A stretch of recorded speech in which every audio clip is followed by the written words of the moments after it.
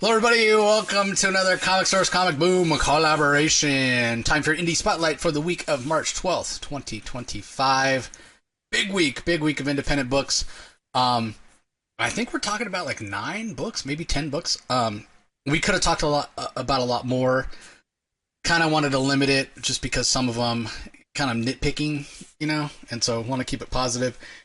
And the books that we are talking about, they're great for the most part. So, I actually had a hard time.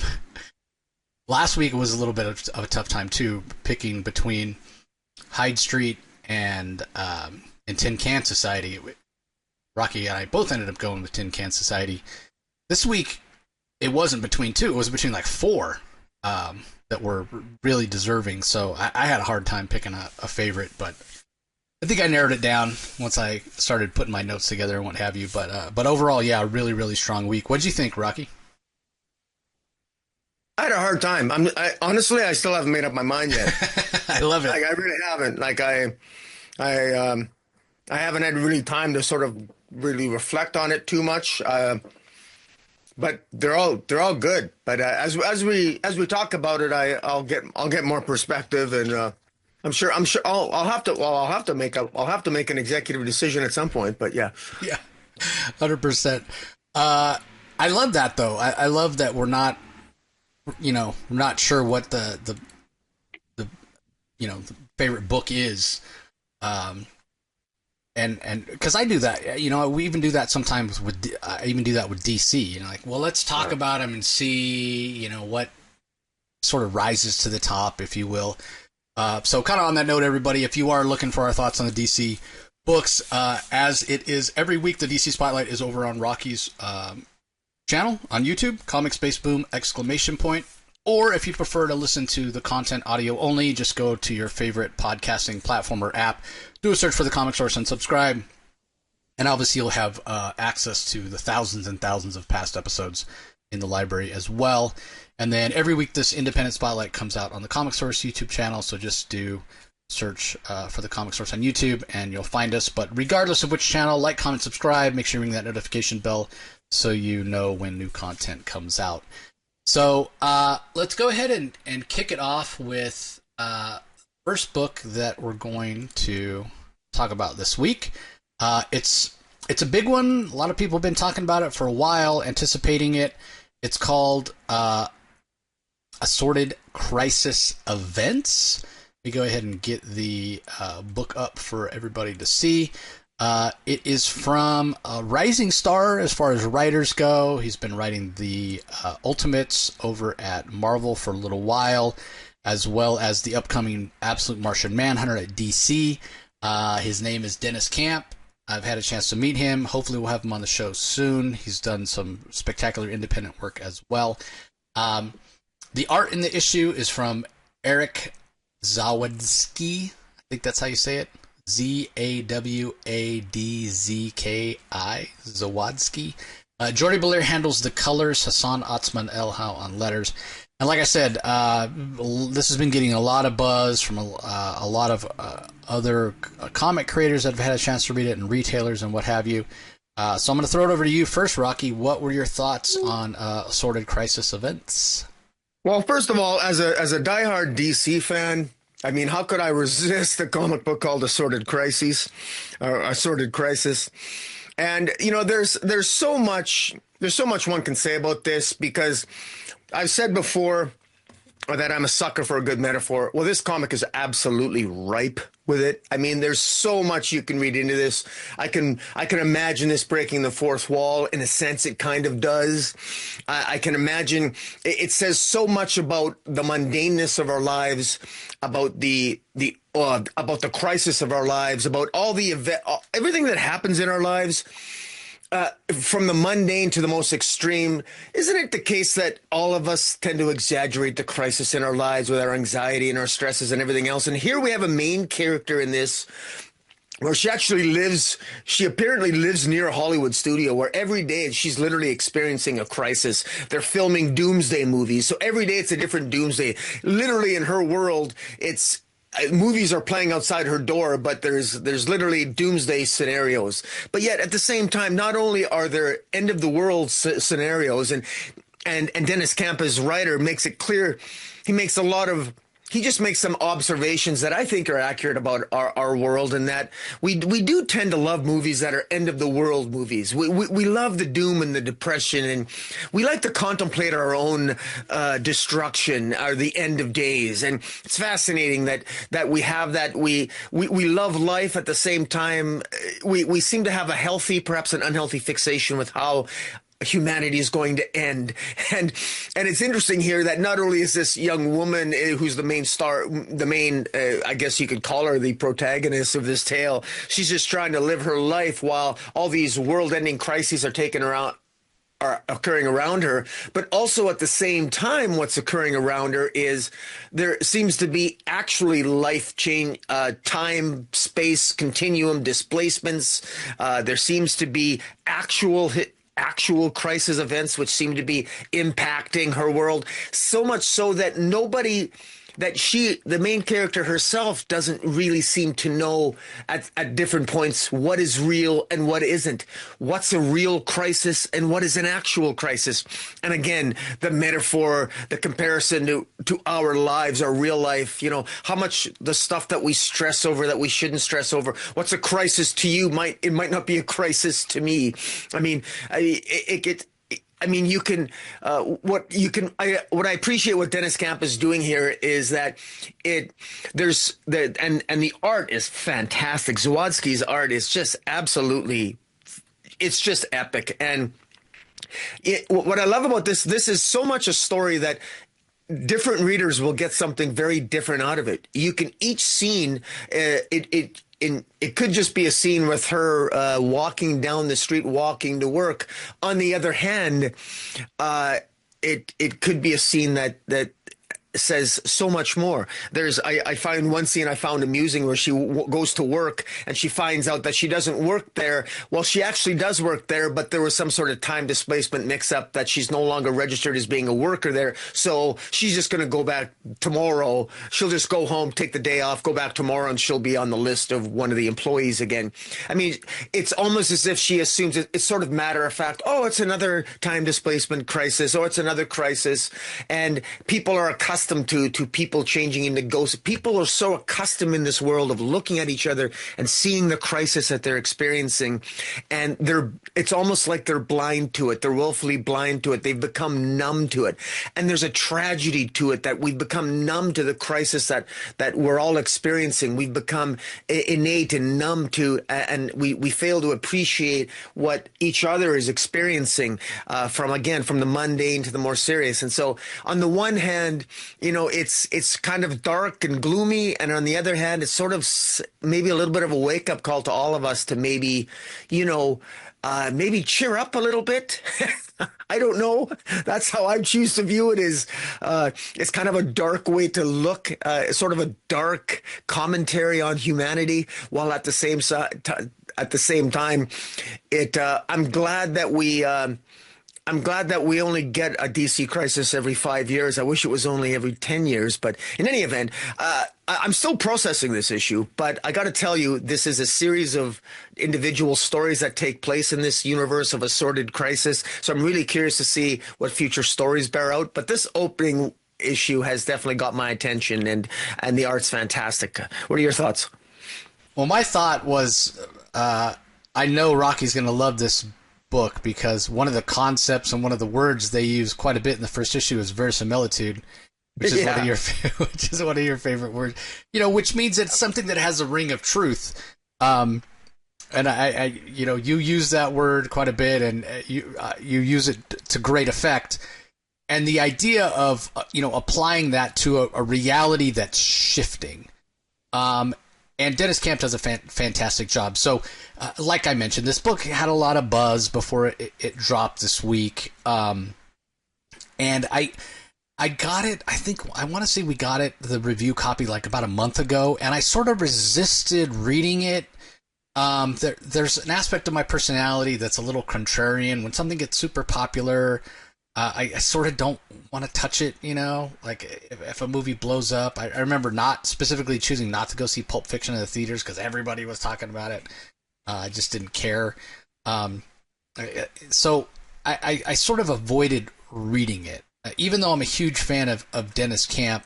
And then the closer it got to release, the more I heard people talking about it.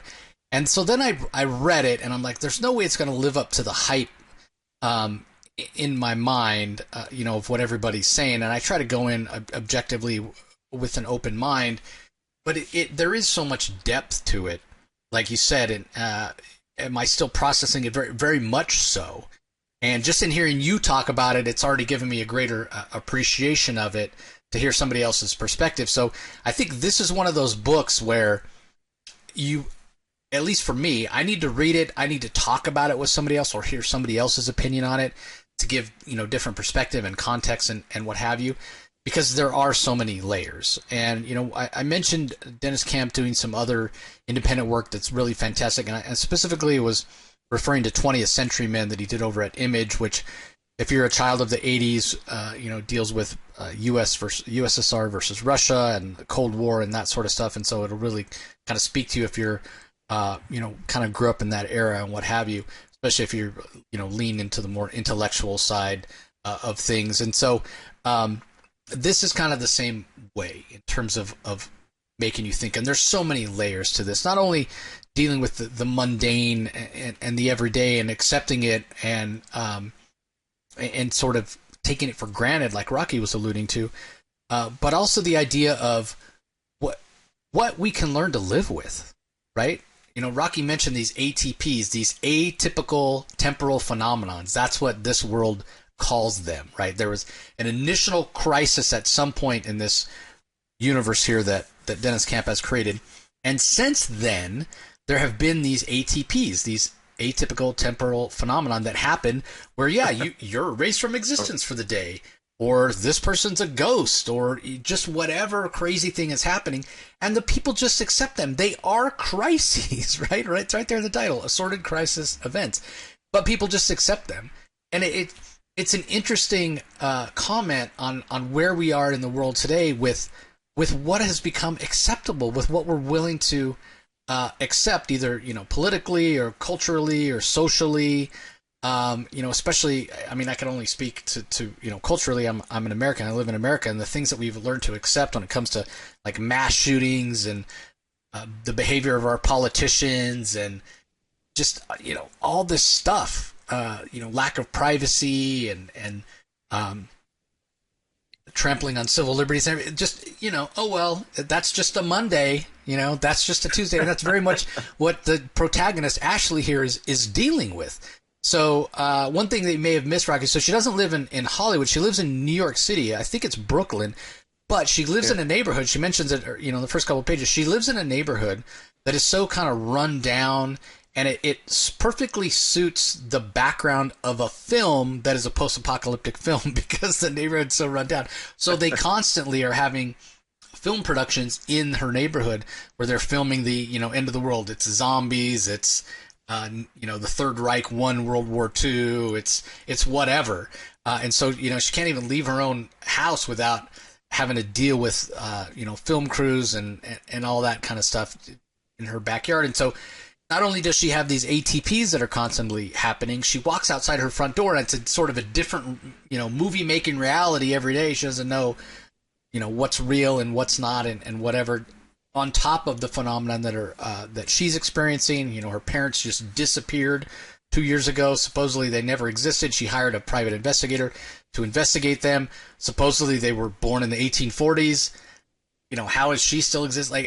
All this stuff just seems, really strange. And yet she, along with everyone else in this reality, have just learned to live with it because what's your other choice, right? To not live with it? Are you going to kill yourself? So it's an interesting comment, like I said, on the crises that we have nowadays that we live with. Obviously, this is taking it to the extreme. At the end of the issue, she walks outside her front door. There's bombs dropping, alien invasion, all this chaos, and she's like, what are they filming now? What crazy idea for a post-apocalyptic movie? do they have now? And she sees her one of her neighbors that's always looked out for her, Mr. Suleiman, basically get chopped in half by a laser. And that's when she realizes there's no cameras. This is not a movie set. This is some ATP that is atypical temporal phenomenon, which has invaded her neighborhood for good. So what that bodes for her, we'll have to wait and see. But it does mention in kind of the back matter here that this is an anthology series in a way. So does that mean we're going to keep following Ashley's story? Are we going to follow another protagonist story? I mean, obviously, with the framework that Dennis Camp has set up, it'd be easy to do an anthology. You could just keep shifting through time and worry about these ATPs and what have you. But much like Rocky, I'm still processing this as well. I was, I don't want to say predisposed not to like it, but my opinion of it was not as high before getting a chance to really sit. Like immediately after reading it, I wasn't necessarily like, well, that wasn't any good. It was more along the lines of, people were singing high praises, and it wasn't really clicking for me. It wasn't until I kind of sat with it for a while, like I said, heard Rocky talk about it, and had a chance to contextualize it in terms of looking at this comic through the lens of a commentary on sort of the modern world, which I think is something that Dennis Camp really, really excels at. So all that being said, I would recommend this. Although, I didn't originally put it in my top 3 for the independents, but again, this might be one that overall the series just kind of elevates as it goes on.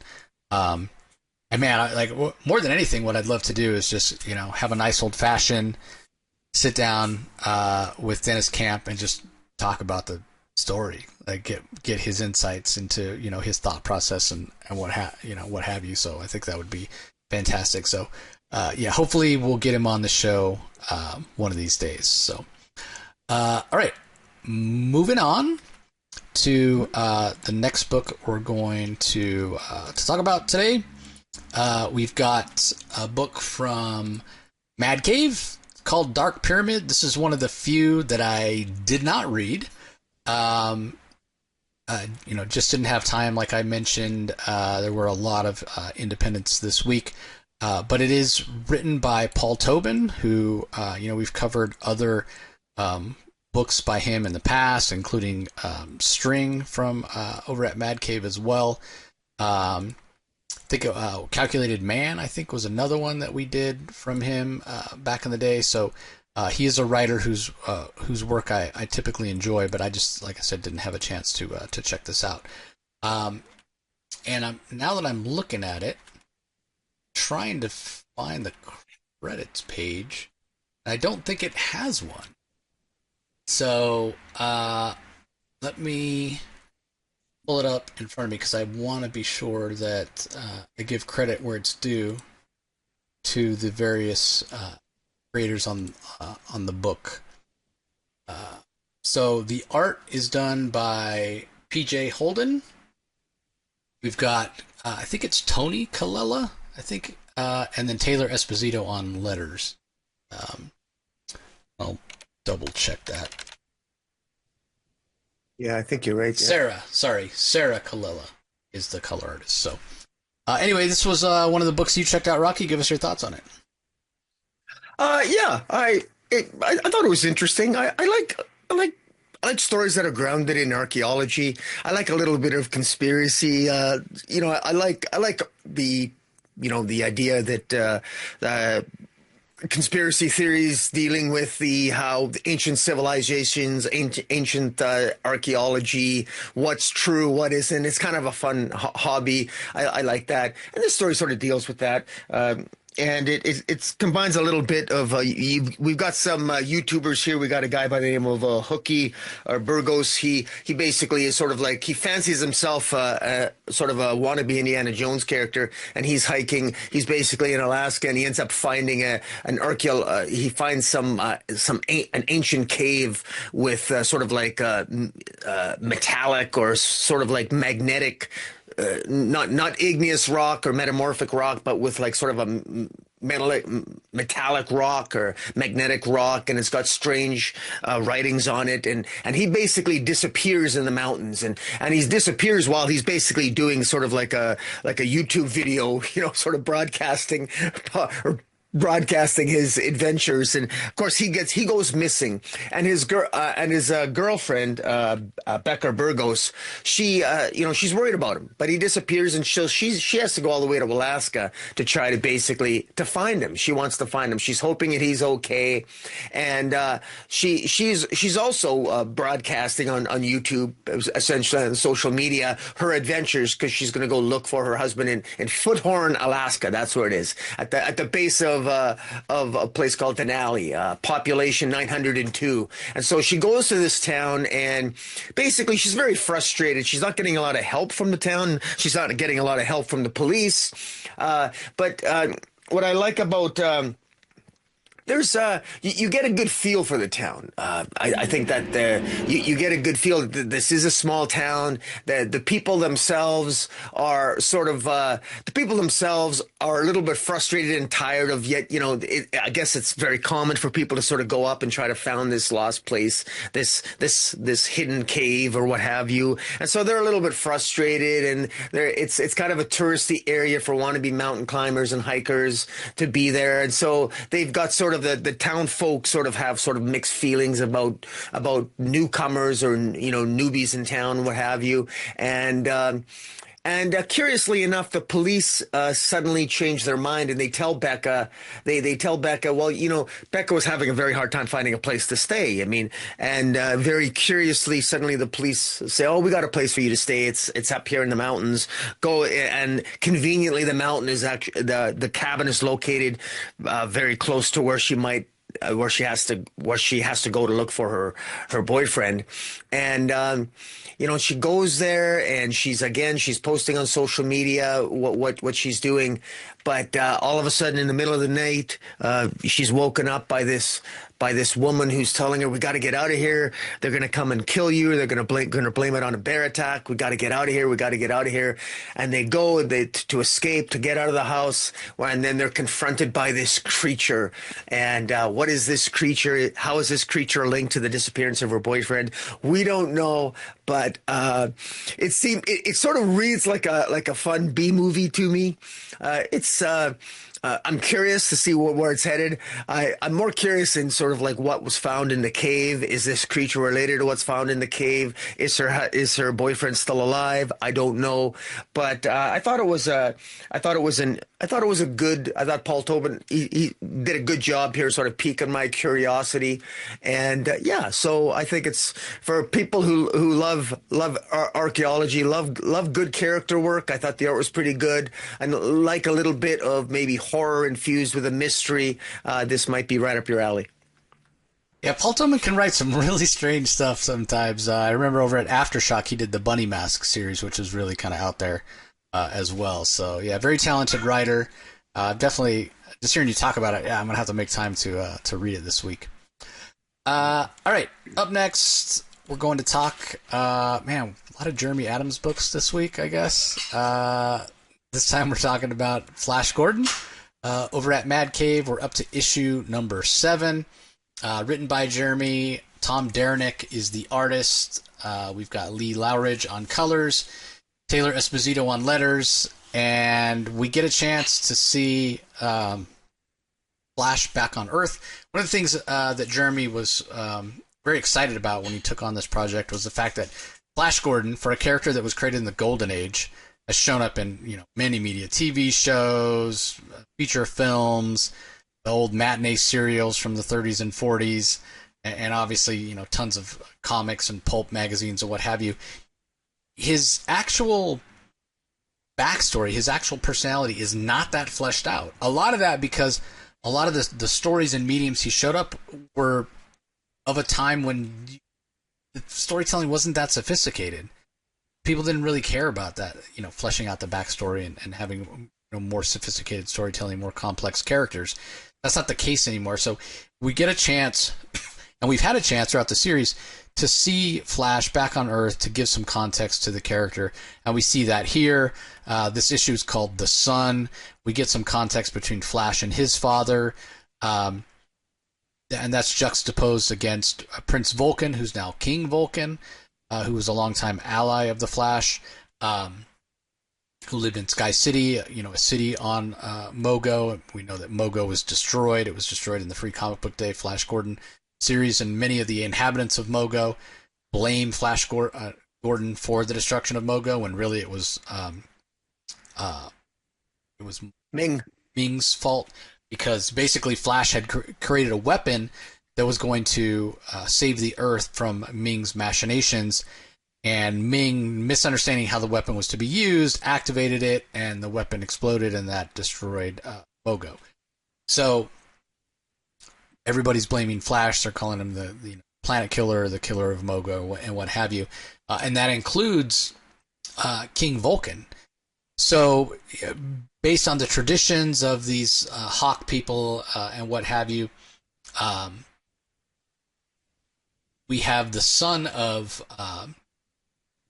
King Vulcan, who's challenging Flash Gordon here through the traditions that they have, where he says, I'm going to challenge you, and then it'll, give me the right to execute you, or whatever. So this Talon, who's the son of King Vulcan, challenges Flash Gordon.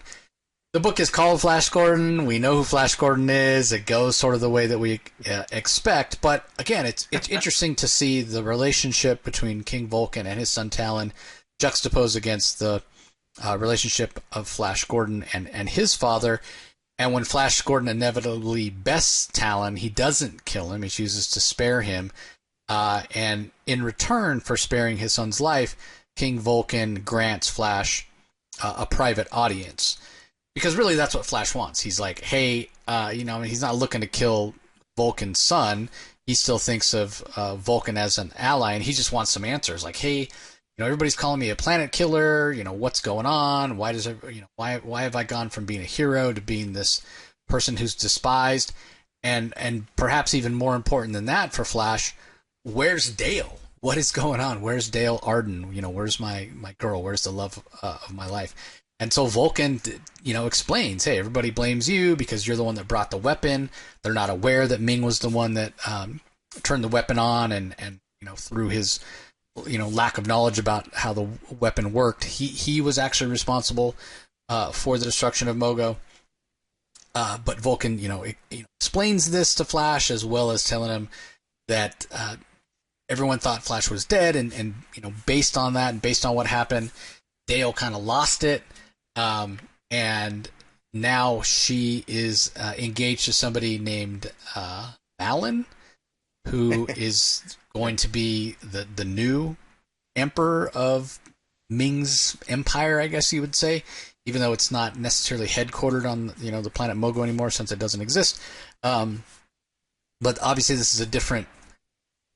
It almost seems like Dale's a different person here, and this is all news to Flash. Like, wait, what? Why would Dale ever, go and want to be with somebody else? Because the other part of this, the Vulcan says, is that this guy Malin is so bad that he makes Ming look meek, and we all know how evil Ming is. So Flash is, starting to get some context into the kind of status of the universe that he woke up in after Mogo was destroyed. So I love this. This is, elevating Flash Gordon as a character in ways he's never been elevated before, despite the fact that he's been around forever. Like I mentioned, because he hasn't had this layer, this depth of characterization and backstory, and just a more sophisticated action adventure story that hasn't been done in Flash Gordon before. And all that being said, the sense of fun and the sense of adventure and the incredible art and the bright colors that you would come to expect from a Flash Gordon story in any medium are all still there. Jeremy Adams is definitely being additive when it comes to elevating these stories. So this has been a fantastic series. It's one of the first ones I read every week when it out. So what are your thoughts on it, Rocky? Well, I'll just add a little bit because you did a great job explaining the issue in general. I chuckle at the with Dale Arden. She always, Empress Arden. I just sort of chuckle at that. I mean, she just doesn't seem to have any luck with any man unless it's Flash Gordon. You know, I mean, leave it to her to actually manage. I understand her rallying the people, doing the heroic thing, you finding technology, saving, becoming an empress, and yet somehow she manages to marry an ass who is worse than Ming. I mean, how do you do that? I mean, some women just, attract just the wrong men in their life, but somehow she got lucky with Flash Gordon. And but anyways, I'm actually curious. It's teased next issue that we're going to, Jeremy Adams is going to be giving us a story focusing on the palace of Empress Arden. And so I'm really curious to see how Empress Arden how Dale Arden ended up in those circumstances. I'm actually really curious about that. So that's it feels like it ends a little bit like I feel like this has a cliffhanger ending because Dale is she's actually my favorite character, not Flash Gordon. It's actually Dale, but I'm a sucker for a strong female character that I like, and she's definitely one of them. Yeah, I mean, this issue is the first time we get a hint and hear about this Malin guy. We knew, Flash didn't know, but we knew, us readers knew that Dale was the Empress. And the choices and the things she was doing, because she's become aware that Flash is still alive, it didn't make any sense to us. She almost seemed like this villainous. So could she be manipulating Malin, waiting for, she has some idea in her mind that Flash is going to show back up? Yeah, we'll have to wait and see. But man, it's been just a fantastically fun series so far. All right, speaking of great series, up next from our friends over at Ghost Machine, we have the next issue of Geiger, written by. Whoops, let me look up. There we go. Written by Jeff Johns, gorgeous art by Gary Frank with colors by Brad Anderson. We've got letters by Rob Lee. We met in, I guess, fully cameo appearance last or 2 issues ago, but now we've got a chance last issue to meet her in full. This Ashley Arden, not to be confused with Dale Arden, who we were just talking about, but Ashley Arden, who very similar to Tarek Geiger, manifests these radioactive powers, wears a similar vest to him, uses the boron rods, but we discovered last issue that she has the means to control her powers in a way without the rods necessarily, which Tarek definitely struggles with, and we've only seen him control his powers without the rods once. So this is a big issue, tons happens. I'm going to throw it over to you, Rocky, to go first. Give us your thoughts on latest issue of Geiger. Jeremy Adams. Jeremy Adams could have written this issue. But no, Jeff Johns. Jeff Johns does what Jeff Johns does, and he does it masterfully. This issue, we get some backstory of Ashley Arden, the glowing woman, the counterpart to Tarek Geiger, who is of which the comic book is based. And it's a tragic story, but it's so well told. The tragedy of being a young girl, a young Ashley Arden. She doesn't know how she got her power. She doesn't know how she became the glowing woman. She doesn't know presumably it happened when she was a kid, and then tragically, as a young child, they thought she had what she thought was initially a divine sort of gift or power. Well, no, it was radioactivity that she was emitting, and it basically killed her whole family. It killed her friends, and it was really tragic. And so she lives with that guilt that sort of fuels her. And there's the theme of guilt and redemption, and how that drives you, and how that motivates you in an apocalyptic world. That you really see the connections and what the glowing woman, what Tariq and Ashley have in common here, but how they're dealing with it in different ways.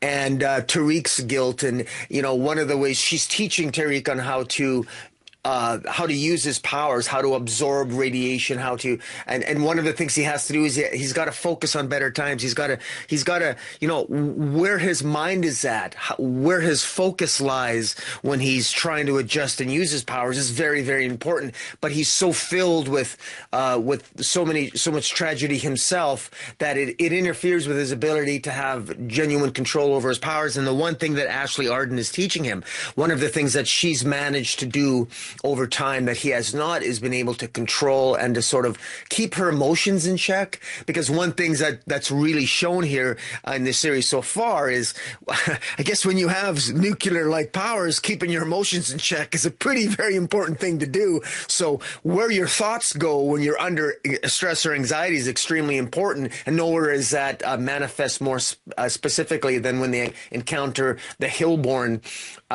which is a group that they're very protective of their sanctuary, and of course they end up being attacked by the Hillborn, and Tariq loses it, and they're all killed. Except for, of course, Ashley, the glowing woman. She absorbed all of what he exploded, but all the radiation that he put forth, she absorbed, because and just as a way of sort of showing him that it can be done. And I thought the character work was excellent. There's a revelation at the end that Dr. Molotov, who of course through the series has played a key role in the origin of Tariq Geiger, has also played a role in the background of the glowing woman, Ashley Arden. And curiously enough, she appears to be keeping him prisoner. So that's interesting. So what's going on? Why is she keeping him prisoner? Clearly there's more we don't know about Ashley Arden that's going to be revealed. So I'm really curious. Again, I thought it was just a great job. The art's fantastic. I mean, again, it always is in this series. It continues to impress. So what are your thoughts? Yeah, I mean, this was a fantastic issue.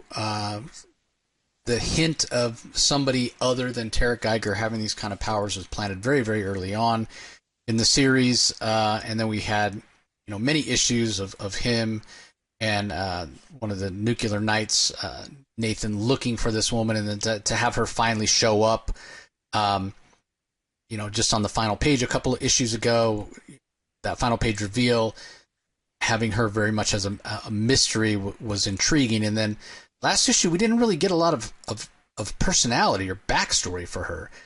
It's almost like what we did get of her was through context of the way that she's rendered by Gary Frank and colored by Brad Anderson, which is just spectacular. You get the feeling that she's a badass.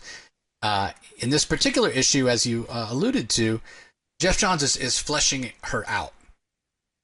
We get her backstory, we get her origin, we get her context of her personality through the way that she talks to Geiger and encourages him to control his abilities, do it by thinking of better times, happier times. Think about that time. The one time that Geiger talks about where he was able to control it was when, if he hadn't controlled his powers, he would have killed the two little children that were in a way surrogates for his own children that he lost, in their bomb shelter failed. And so he had reason, he had motivation, very strong reason to control his abilities. So he's able to do it. But, Ashley's point is you don't want to. There's, again, going back to the idea of the guilt that he's harboring and just all the trauma he's been through. And he lacks belief in himself. And Ashley talks about how important that is. You need to learn to give yourself. You need to believe in yourself. Believe you're a good person.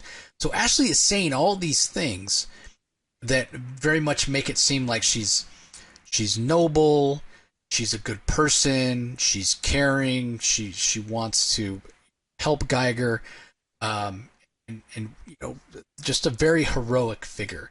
in a lot of ways, what Tarek would aspire to be, almost like this example to Tarek of what he could be. And then we get to the end, and we find out that everything she's been telling Tarek about Dr. Petrov or Dr. Molotov or whatever you want to call him, about him being dead.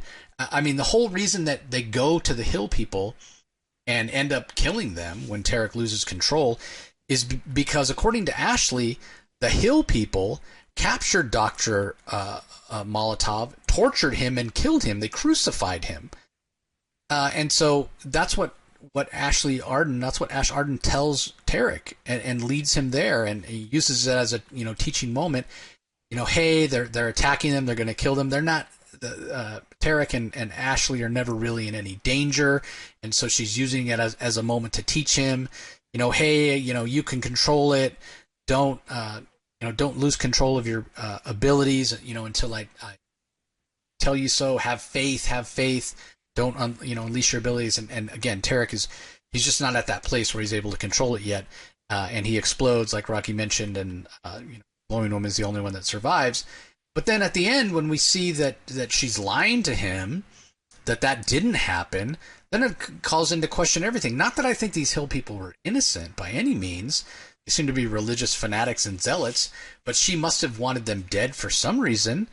But the reason that she wanted them dead wasn't the reason that she gave, because Molotov wasn't tortured. He's not dead. He wasn't crucified. So what is the reasoning? Is Ash Arden manipulating Tarek to her own ends? Is she actually evil? Could she be doing this at the bidding of the Las Vegas crime families? Is she perhaps worse than the Las Vegas crime families? Does she aspire and have ambitions for power of her own? Like, we have no idea. Why does she seem to want to help Tarek? Is what she's telling Tarek actually true? That she's controlling her powers through simple willpower? Or does she have some other way, some other boron rod somewhere that we don't know about? So much we don't know about her.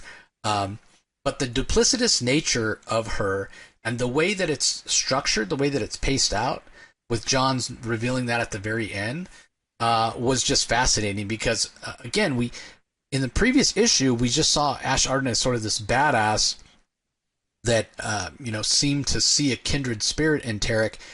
And, based on what happened last issue, and then the way the beginning of this issue starts with, again, what she's saying and how she's saying it, it draws the reader in to really connect with Ash Arden and think the best and perceive her as this really heroic character that you root for, and you're like, yeah, Tarek, buy into what she's saying. You can be better.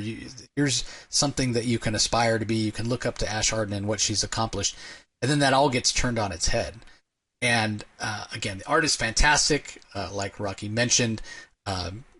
Really detailed Gary Frank art as we've come to expect, but I specifically want to call out the incredible job done by Brad Anderson on the colors.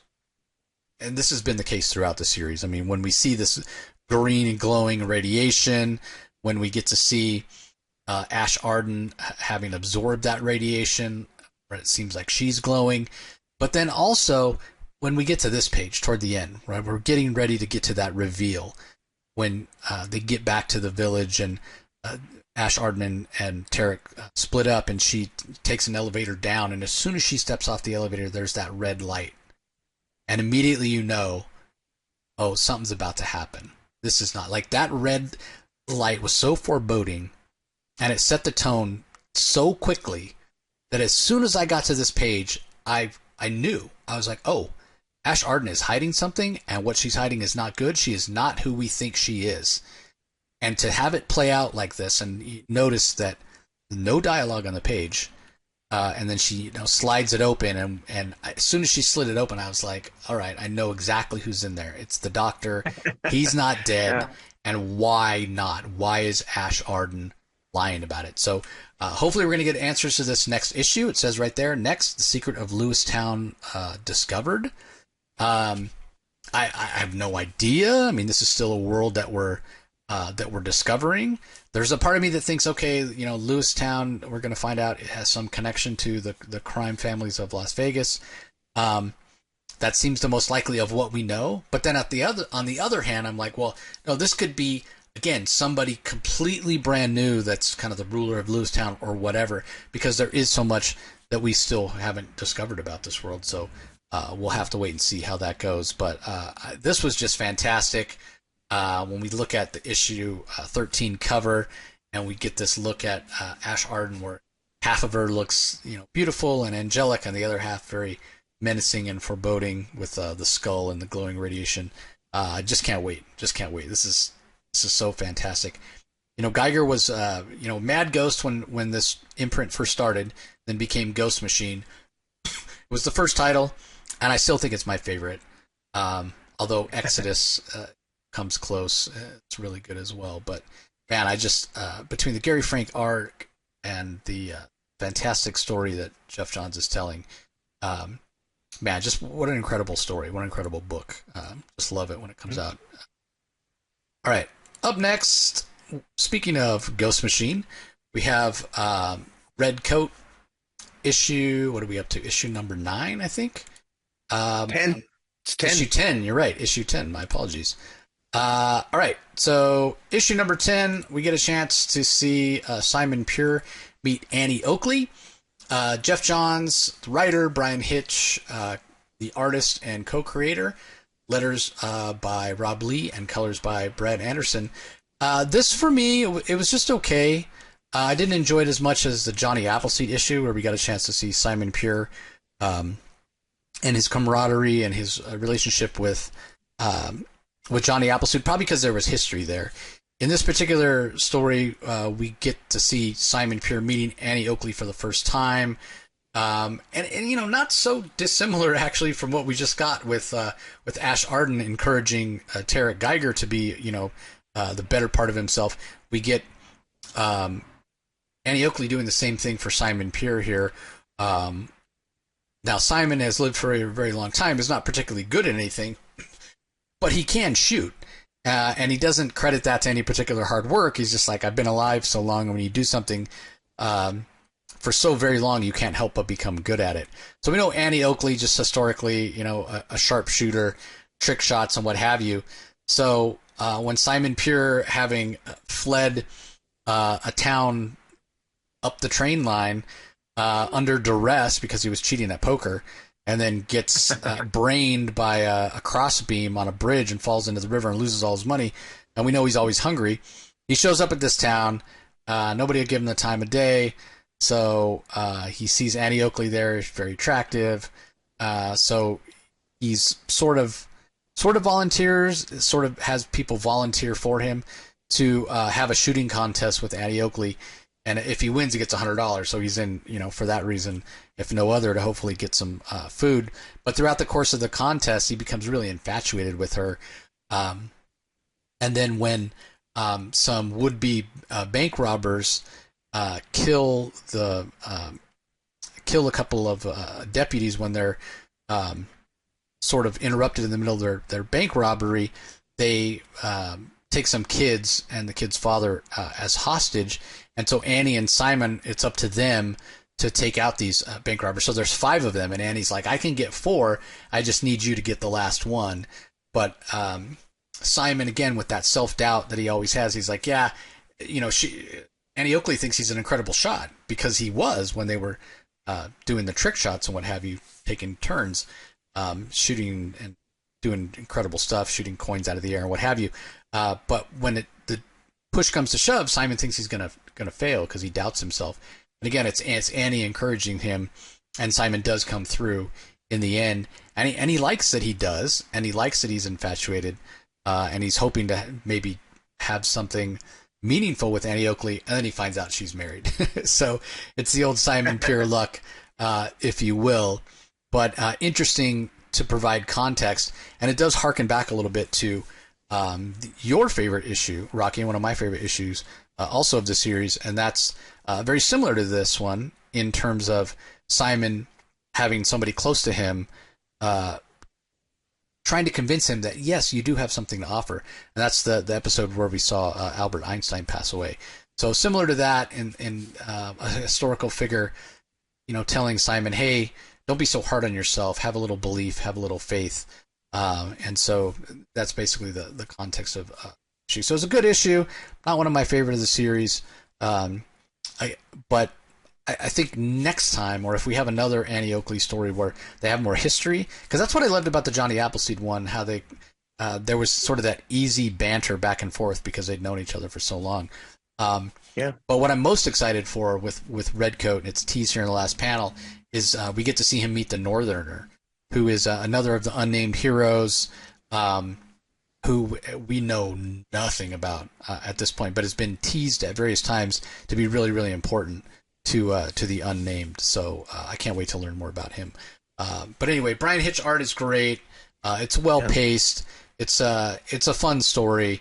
I just don't know how memorable it's going to be in the long run. But anyway, give us your thoughts on it. Well, at some point, Simon Pure is going to have to realize that he's not that bad a guy. We're in issue 10, and we've got Johnny Appleseed, we have Annie Oakley, we had Albert Einstein. Now, granted, this is that we've had some time jumps here going back and forth at different parts of his life. So this was before, technically, when he had the talk with Einstein in 1955. But it's clear that, he's got some serious self-esteem issues, this guy, Simon Pure. He really thinks low of himself, and I can understand that in the probably the first part, I guess in his first lifetime, let's say in his first 50, 60 years.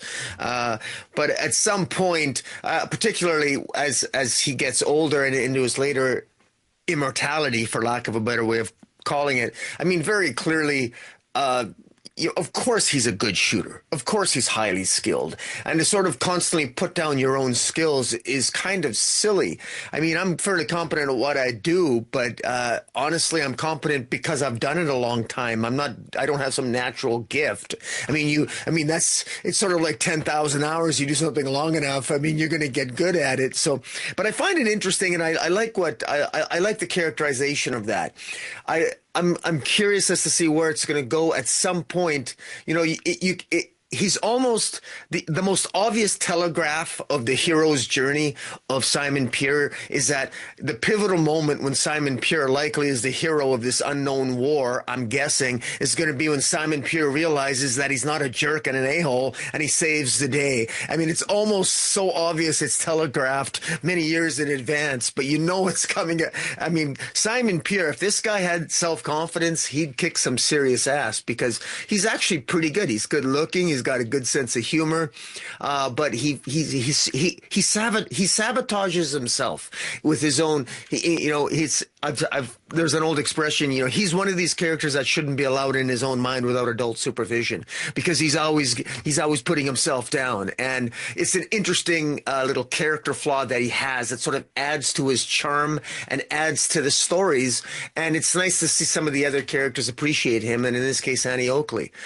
So I enjoyed it. And by the way, I love the at the end when they tell you something about, we learn something about Albert Einstein in sort of like a who's who on the back. Johnny Appleseed last issue, Annie Oakley this issue. I like the fact that a lot of the central true heroes of this tale, other than the main character himself, are just humans, just just ordinary people with a little bit of maybe magic here and there, but maybe some slight comic book additions of comic book wonkiness. But for the most part, I love the heroic human side. It's the humans that are the heroes here, and that it's grounded in their character, and that's what pulls the story forward, because it makes me all the more enticing moving into the unknown war.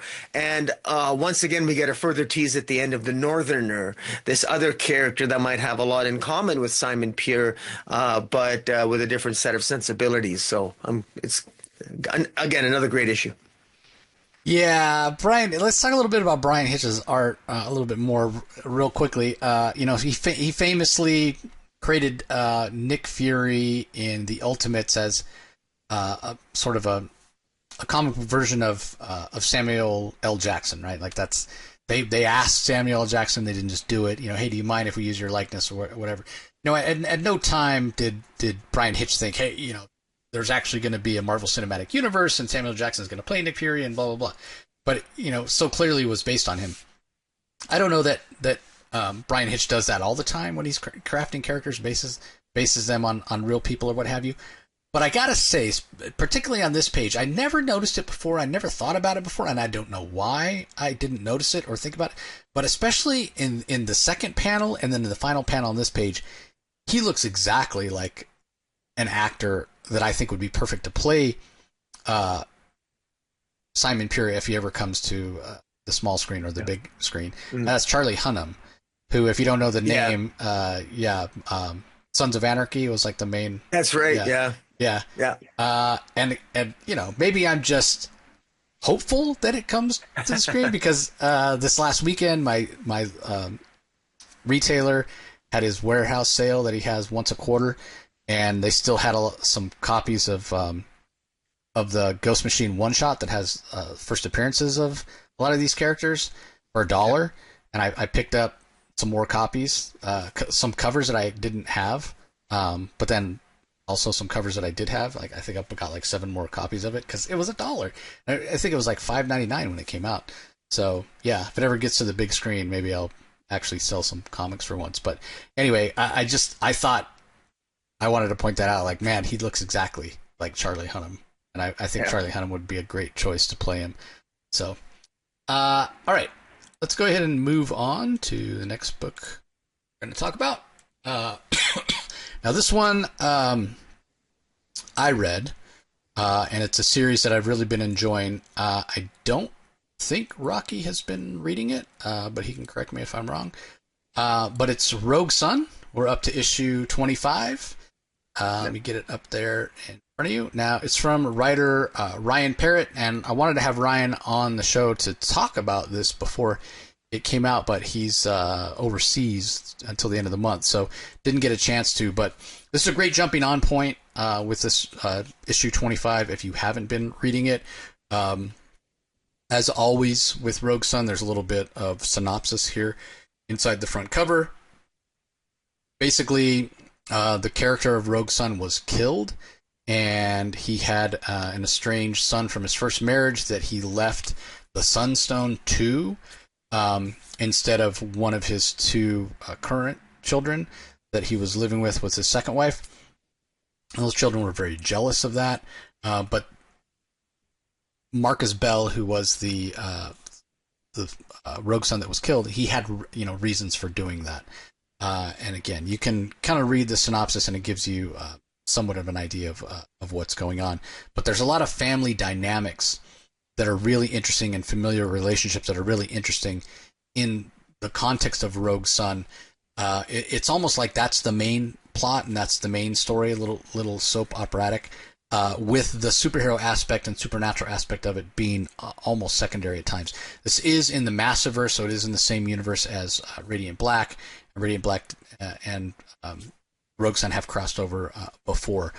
So what's interesting with the fallout of what's happened with Dylan Bell being Rogue Sun, and the things that he's gone through, and the trauma, and him solving the murder of his father, and I'm not going to spoil who killed him, but when he finds out who it is, it's just more tragedy and more trauma for Dylan. But in this particular issue, and what makes it really interesting is there's somebody who was a Rogue Sun far in the past, in the 1700s, I think, whose ghost has manifested itself to Dylan's half-sister here, and come to find out there's a second Sunstone on Earth, and this former Rogue Sun leads, Auri is her name, to that second Sunstone, and she becomes a Rogue Sun as well. So for the first time in the history of Rogue Sun, and it's a lineage that's been passed down from Dylan and Marcus and Ari's ancestors, over time, there are 2 Rogue Suns at the same time. So you can imagine a teenage boy, a teenage girl, teenage boy nearly 18, a teenage girl 17, who are siblings, half-siblings, going through all the typical teenage angst, along with the fact that they don't necessarily get along anyway, especially with Ari not being particularly happy that her father left Dylan the Sunstone rather than her, being, you know, the oldest of his current family. She felt that she was next in line to be Rogue Son. So you can imagine the character dynamics and the friction and the drama there, on top of the usual stuff that's going on with the big villain of the book, who's named Morningstar, who's constantly recruiting people who are down on their luck, and Morningstar goes and takes advantage of their situation and offers them power to get revenge on those people that they perceive put them in that situation, if you will. So in this particular case, there's a guy who lost his job and has lost his family and blames it on this bank executive, you know, greedy company executive or what have you. And so Morningstar offers him powers and abilities so this guy can go and get his revenge. But it's usually ends up being a poor deal for the minions of Morningstar, because they end up becoming his slaves, basically. He has, you know, power over them, and the more mayhem and evil they cause, you know, the more powerful Morningstar himself becomes. So you have that as sort of the main story, but like I said, in a lot of ways, it's the B plot that is in the background of the kind of the Bell family drama. And it's a fantastic story. You can see how well it's colored and dynamic art. And I really enjoyed this book. I feel like not enough people talk about it. Ryan Parrott has been joined recently with Nick Cotton as a co-writer. Abel is the artist. He's been the artist from the beginning, so it has a very consistent look. I don't think he's missed an issue as far as I can remember.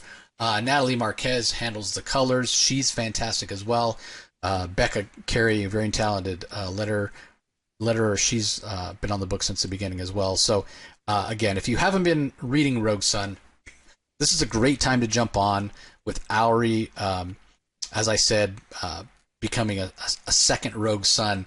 And it's really a cool moment when she reveals herself to Dylan, because it's so unexpected from him. You know, he's fighting this guy. He finds out earlier in the issue that his 18th birthday is coming up, which he knows, but what he didn't know is that his father had set it up where when he turns 18, he gets a trust fund where he can basically do whatever he wants to do. He doesn't have to worry about money anymore, but he has to give up being Rogue Son.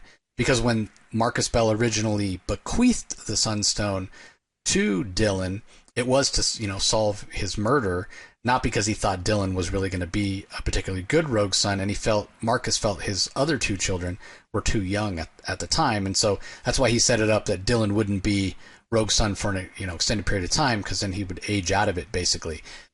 So when Dylan hears this, you know, he had sort of reestablished a relationship with kind of the spirit of his father that lives in the Sunstone, and then to find out that kind of feels like his father didn't believe in him, never really wanted him to be Rogue Son indefinitely or what have you. So again, bringing in that drama of the Bell family, which is really interesting. So when he sees, you know, Auri show up as a second Rogue Son, again, like this idea of a teenage brother and sister trying to one-up each other, I guess, is going to be really interesting. But it's great when she confronts him. She doesn't even try to hide it. She's like, "Let's get this over with. Hi, Dylan, it's me." And she and he's just like, "What? How the hell? Like, what's going on?" And you know, he's like, "Whatever, I'm out of here," and he flies off. So fantastic series, great jumping on point. Like I said, all you got to do is read those, you know, 3 or 4 paragraphs in the beginning of the issue, and you'll be caught up with everything you need to know to keep abreast of what's going on moving forward. So, you've read some Rogue Son, haven't you, Rocky? I read the first couple issues, to be honest, but I've not. I did read the synopsis as you were talking about it. I read the synopsis there, and it sounds pretty damn good. I've only heard good things about it, to be quite blunt. I've heard you're not the first person I've heard review and talk about it. I've watched other YouTube channels where people have talked about it, and it's something that I could, I could probably start reading, and to know that this is a sort of like a good starting point. I'll check it out, because I didn't read it this week, but I'll do so. Yeah, definitely worth your time, everybody. If you haven't had a chance to check it out, again, perfect time to jump on. All right. Up next, we have, oh man, this is another huge revelation, almost to the point where I don't think, like typically we get into the weeds, we talk about specific story beats and what have you. But with the latest issue of Spawn, I'm not going to talk about the last page reveal. It's too big, especially if you're a Spawn fan or a sometimes Spawn fan or a casual Spawn fan. You need to read this and experience it for yourself. But it's issue 362. Todd McFarlane has taken over the regular Spawn series, scripting and writing it. He swapped with Rory McConville. McConville's now doing King Spawn. But the art is by Brett Booth, and the inks are by Adelso Corona. Now, we know that that Nyx is the Queen of Hell. She took over, I think it was issue 301. But most recently, the vampires on Earth have risen to power because Nyx decided that she basically, there is this concept in the Spawn universe of sort of these dead zones or these voids where if you have the powers of the Hellspawn or you have the powers of heaven, your powers don't work. Well, what Nyx did was she expanded the dead zone to cover the entirety of the planet Earth. So none of the soldiers of heaven, none of the soldiers of hell, nobody that got their powers from heaven or hell had the ability to access their powers. They were just regular mortal beings. And so in that power vacuum, the vampires, led by a character named Blood, really rose to power, and they were depraved, and they took advantage, and they were brutal and ruthless. Like, hey, we've been sort of put down and bottled up and unable to really amass power for so long because the denizens of hell or the soldiers of heaven would always stop us. And so they really took advantage of this situation. And now, for various reasons, Nyx has decided, okay, I want to give one specific person power, but I can't do that. I've got to remove the dead zone from the entirety of Earth. So now all of the beings that previously had power, all the soldiers of heaven, all the Hellspawn, their powers have been returned to them, and that includes Spawn. And it also includes this new character we see show up for the first time, this green and black character, who kind of looks like Deadpool in a way, but his name's Bulletproof. And we don't know much about him. But what we see in this issue is we see a character, and I don't think this character has shown up before, but I'm not 100% sure. But this character is called the Mandarin Spawn. It sort of seems like they've been mentioned before, just in context of the story, but maybe haven't showed up before. But this Mandarin Spawn is basically trying to recruit Al Simmons along with the other Hellspawns that say, hey, now it's like a three-way battle between the vampires, the soldiers of heaven, and us, and we need to work together if we're going to survive and win the war, once and for all. But we know that Al Simmons is not necessarily a team player, as it were. And so there's a little bit of a battle that ensues between these characters. And to be frank, Spawn kind of gets his ass kicked by these characters until he turns to using some abilities that most Hellspawn don't have, and that's specifically kind of hiding in the shadows and using his ability to travel through the shadows to kind of travel around. And he travels through the shadow, comes up behind Mandarin Spawn, and then kind of sucks them into this void here that we see, and their battle continues there. And eventually, Spawn is like, "What are you hiding? Who are you? Why are you talking like you know me?" And then it's revealed who Mandarin Spawn is, which is the big reveal, maybe one of the biggest reveals ever in the history of Spawn, and it's incredible. The hell of a reveal. Yeah. And I was like, holy shit, what the hell is going on? McFarlane, what are you doing? Don't know, but very, very curious. So, again, I'm not going to reveal it here. You're going to have to check it out to find out for yourself, but it feels like a whole new ball game for Spawn with what's been going on. So, we're 362 issues in. If you need to jump on, 300 is a good jumping on point. If you want to, pick them up in trade. Or I think you could just jump on with issue 360. That's kind of where I jumped back in because I dip in and out on Spawn. And I wasn't lost at all jumping on with 360 or whatever. That being said, eventually I'm going to go back and do a reread of Spawn at some point. But between the Brett Booth art and this incredible reveal that McFarlane gives us in this issue, Spawn is really exciting these days. And again, this is the longest running independent book, and it's not close, right?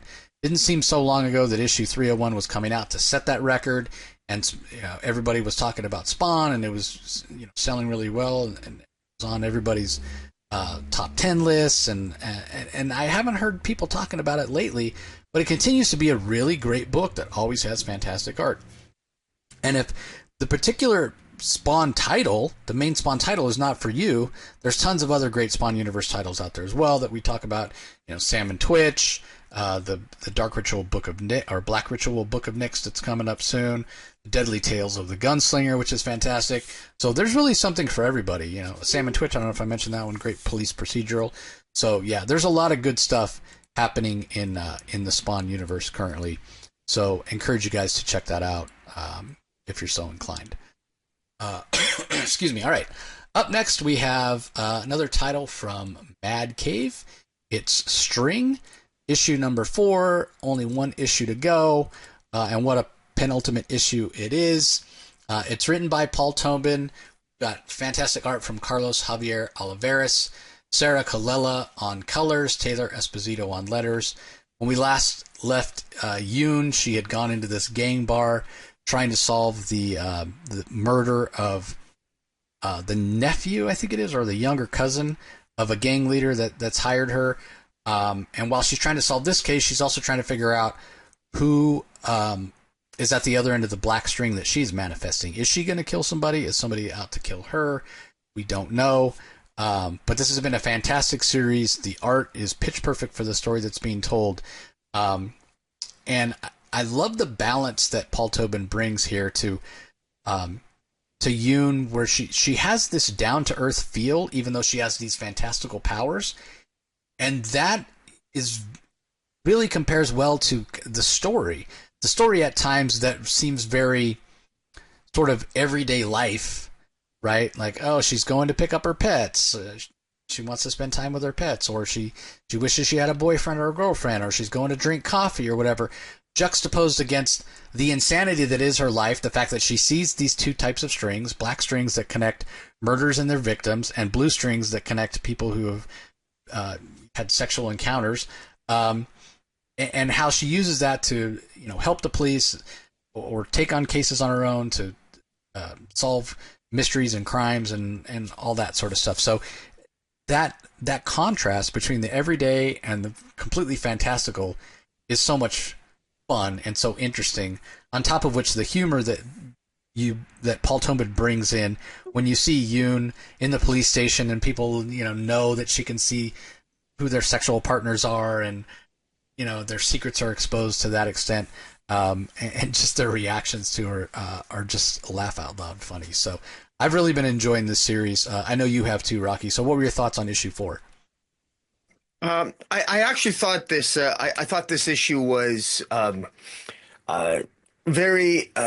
It didn't. I thought it was a little predictable in a sense, but I quite liked it. I really enjoyed I love the cover. I love the art. I love there's a very subtle sexuality about the lead character of Yoon. She's got this long pink hair. She's definitely a different looking kind of character, but there's an attractiveness about her, an attractive quality about it.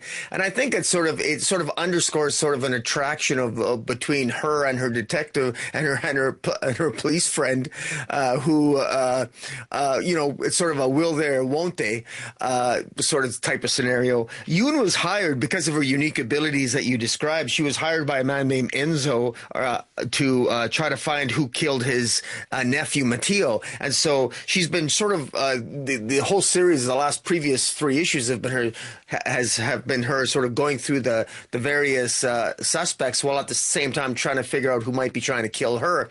It's wrapped up very conveniently, I'll say that, the central mystery of who killed this Matteo character, and rather almost almost too conveniently, but it was almost kind of comical. She's talking to Enzo saying she's not getting anywhere. And then, he's working on it. He's fixing his motorbike. And then literally his nephew comes in and voila, she sees the black string that connects the dots. And then Enzo can figure out that it's his nephew that killed Mateo. And so that's sort of wrapped up, but and then it ends with her having a conversation with her partner and then ultimately being kidnapped by presumably whoever is trying to kill her. But what really pulled me in is not so much actually the story, it's just the character work. This flows very well. It's extremely well paced. The characters are beautifully drawn by Carlos Oliveras. They're attractive characters. You can see even in the bar in particular, the eclectic array of different types of characters in the bar itself, and you can imagine, all these blue strings flying everywhere in a biker bar, and sort of the uncomfortable moments that you can imagine exist in a bar, given the sexual proclivities of that particular lifestyle, and how you can imagine how uncomfortable especially if the inhabitants of the bar know what powers Yoon has, and everyone's uncomfortable around her, whether you're in a police station or in a biker bar, the same level of discomfort for people around her. I got a growing appreciation of Yoon in terms of how, the type of life she must have, the difficulty that must have on her life. She herself sort of laments that she doesn't have a boyfriend or a girlfriend. And there probably is a loneliness factor that she has. Is it even capable of, can she even get close to anybody? And so I felt sort of sorry for the character in a way that sort of endeared me to her character in a way that I hadn't in the previous 3 issues. But it's been cumulative. It's been additive. The character work's been built up, and it really worked. It worked really well, and enough so that I felt relatively uneventful nature of the comic itself. It sort of pulled me in, and I'm really curious to see now who's trying to kill her and why. And I can really see this being an ongoing police procedural on Amazon or Netflix or something. I can definitely see that. I know sometimes we as reviewers, we can sometimes say, oh, well, it's another comic, like it's a comic being written like it's being... They want it to be a TV show. I don't mind that. I mean, hey, if it's a great written comic, and if I finish reading a comic and I think, oh, this would make a great TV show, that's fantastic. That's what I want.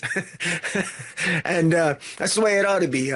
Show some more love for comic book writers, because I think they're underrated as it is. But I enjoyed this, and I love the preview. You have it up on the screen there for those watching on your Comic Source YouTube channel.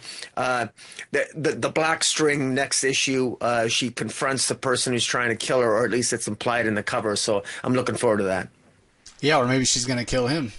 So yeah, you never know. We'll have to. Well, she is definitely the one holding the gun, so we'll have to see. But yeah, fantastic issue, and another series from Paul Tobin that we recommend. All right, last book we're going to talk about in detail is Void Rivals, and it sort of continues what we've had a sort of a theme here in this particular episode, which is big reveals.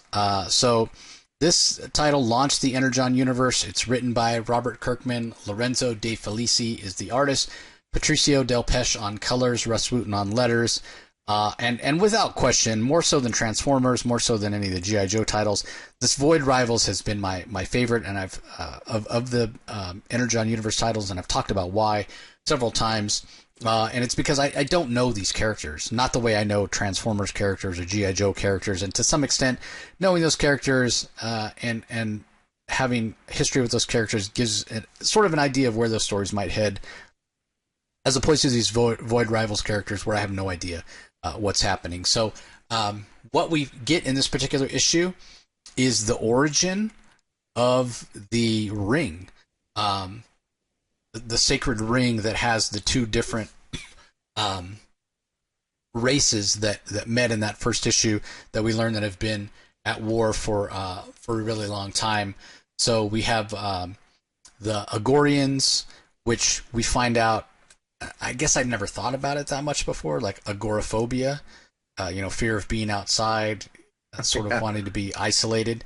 And the Zertonians are the people that live on the other half. But the fact that they're the same, well, we find out all about that in this particular issue, along with the origin of the ring, because so Leela, who is one of the main characters we met early on, she meets this goddess, Zerta, that she's been looking for, or at least that's the way they've worshipped. Both races worship Zerta as this sort of goddess. But what we find out is that Zerta is really just an Autobot.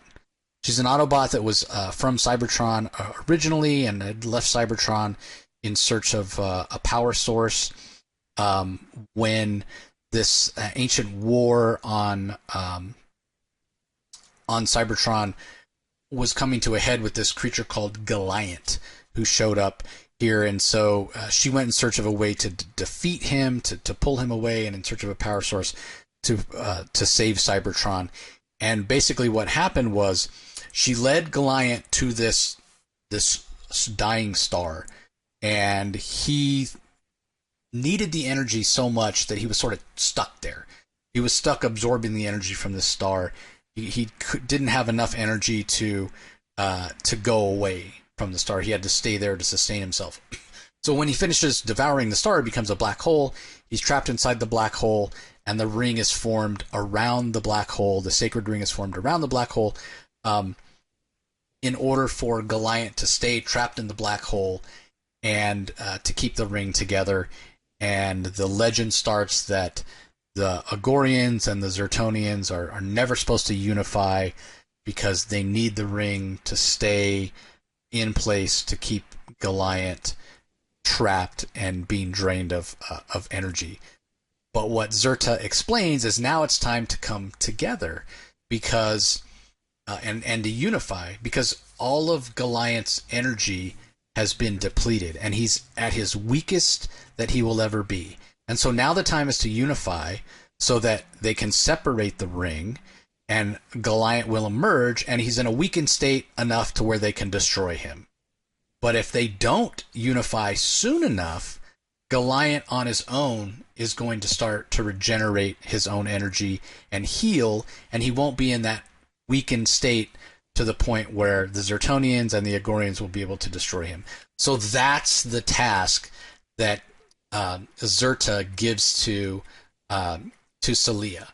And she's going to have to go and convince the powers that be that that they need to unify.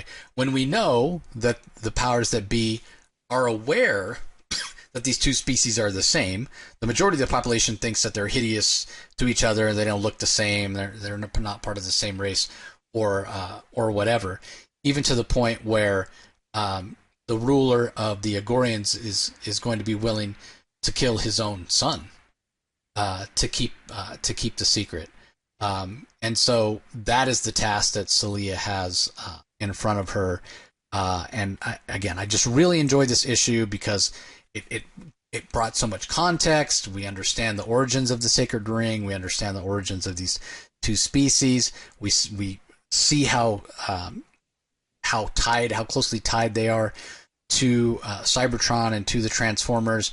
Meanwhile, we have members of Cobra, La that are out in space that are trying to find Energon to advance their own ambitious plans. So this is just a great series, and like I was saying before, the fact that I don't know what to expect is such a big attraction in the series overall. So I really, it's a key issue. It's definitely a key issue. Yeah. Anything else to add, Rocky? No, it's nice to see things ramping up. It's like you said, the biggest thing, because it's the one wild card in the G.I. Joe universe that really you don't know exactly what to expect. And it's the one thing that the G.I. Joe and comic is one that's it's on the periphery of my interest. But I actually agree with you. The Void Rivals is always something that adds a little bit more. It adds a little bit more of the like you said, the wild card aspect to it that keeps me a little bit more engaged. So it's good stuff. Yeah, and it's so interesting too, because when the ruler's son, when Derek, his name's Darek, when he was the one that crash landed and first met with Salila, and they had to work together to escape and what have you. And that's when they discovered that they were the same species. But he was always the one that was kind of pushing for unification or working together or what have you, and spreading and wanted to tell everybody that they're the same race. And Salila was the one that was more reluctant. And now it's almost kind of shifted. But part of that because Darek is threatened by his father, the ruler of the Agorians, saying we're never going to unite. We have to keep Goliant captive. And so it's going to be very interesting to see when Salila manages to touch base again with Darek and explains to him, what his reaction will be. I'm looking forward to that. All right, let's give a rundown on some other titles, indie books that are out this week that you might want to be on the lookout for, because there were a few other books that I did get a chance to read, including Transformers, as I said, but just didn't have time to talk about them. So Transformers issue number 18 is out this week. We've also got Witchblade number 9 from Top Cow. The Violator series comes to an end with issue number 6, which I did enjoy, but because it's more of the modern times, it's almost the stuff that we're used to. But overall, that series was a really fun series. Star Trek 30 is the last issue before Lore War, which kind of sets up what's to come with that. So if you're curious or you're planning on jumping on Lore War, I do recommend reading Star Trek 30 from IDW. Also, over in the world of minor threats, Welcome to Twilight number 1, which I'm really, really anxious to read. We don't get Dark Horse press previews. But it's, first of all, it's in the world of minor threats, so I'm already going to be interested in that. But it's Matt Fraction with Mike Allred art. And it's this idea of an actor who used to play a superhero on TV, but now tries to stay relevant by doing the whole con circuit, and he gets a chance to to perhaps get powers and be a real hero. Matt Fraction, Mike Allred, yeah, I'm in. I can't wait to check that out. So look for that as well. All right, so those are some of the other titles that are out this week that you might be interested in. Book of the week, Rocky. We mentioned it being a pretty tough choice. There's a lot of great options. So you mentioned you might not even know what your pick was going to be when we started talking about it. So I'll give you just another minute or two to think about it while I go first, since I made you go first for pick of the week for DC. So yeah, it was really, really tough, partly because there were so many big key issues and revelations. We mentioned Void Rivals, we mentioned Spawn, but ultimately I'm going to go with Geiger issue 12. That also had a huge revelation that maybe Ash Arden is not a hero, but is in fact a villain. Definitely had the big revelation that Dr. Molotov or Dr. Petrov, whatever you want to call him, is still alive. Pair that up with just great pacing from Geoff Johns and gorgeous artwork from Gary Frank and beautiful colors from Brad Anderson. And I think it's been quite a while since I've chosen Geiger as my book of the week. So that's what I'm going with. I can't wait to see what happens next and to learn more about Ash Arden and what she might be hiding. Yeah. Well, you made it easy. That's a great choice. As you've been talking, I've had opportunity to sort of reflect on my thoughts and what have you. And yeah, I had Geiger at number 2. And the more I thought about it and discussing Assorted Crisis with you, I have to go with Assorted Crisis at number 1. Geiger was really good. Redcoat was excellent. I enjoyed Flash Gordon, Jeremy Adams' work. String was really great. Man, such great character work. But Assorted Crisis is, again, it's so interesting, so intriguing. I'm curious as to where it's kind of going. It speaks, I'm still processing it. It speaks to all kinds of things outside the comic about, I think it's a commentary, not just on multiversal crises or the end of the world stuff, but I think it's a commentary on the human condition and the way that we think and how we sort of sometimes we create crises in our own minds and how we handle our own stresses in our own lives. And there's all kinds of things one can read into it. And the great thing about the subject matter of Assorted Crisis that Dennis Camp really has managed to capture so well in the first issue is I think every reader is going to get something different out of it. And because there's so much we could talk about, so many different themes in it, but great stuff. And the last time I was sort of this impressed in terms of it's such a layered comic is Power Fantasy by Kieran Gillen. So already I'm thinking that if Assorted Crisis continues to be this good, I mean, I'm already thinking what's going to be my top indie for 2025, or even at the midway point if we hit June. It's a good problem to have with all these great indie comics. Yeah, I mean, you're right. In terms of comic dollar and thought and entertainment value, Assorted Crisis is up there for sure. I mean, so much readability because it is so complex and it's so layered. I think you can read it over and over and get new things out of it each time. So yeah, excellent choice. So that's going to do it for this episode, everybody. Hope you're picking up Assorted Crisis and or Geiger at your local shop this week. Don't forget, if you're curious about our thoughts for the DC titles this week, that's over on Rocky's channel on YouTube, Comic Space Boom ! Like, comment, subscribe when you're over there so you don't miss any content. Be sure to ring that notification bell. Same thing if you're checking us out over here on the Comic Source YouTube channel. Like, comment, subscribe, ring that notification bell so you know when all our interviews drop and all that stuff. And don't forget, if you prefer to listen to audio only, maybe it's you're working out or driving in the car, riding a bike, what have you, riding the subway, all of the Comic Source content is available on our podcast feed. Just do a search for the Comic Source on your favorite podcasting app or platform to subscribe. So that's going to do it for this episode, everybody. We appreciate you joining us as always, and we will talk to you next time. Catch you later.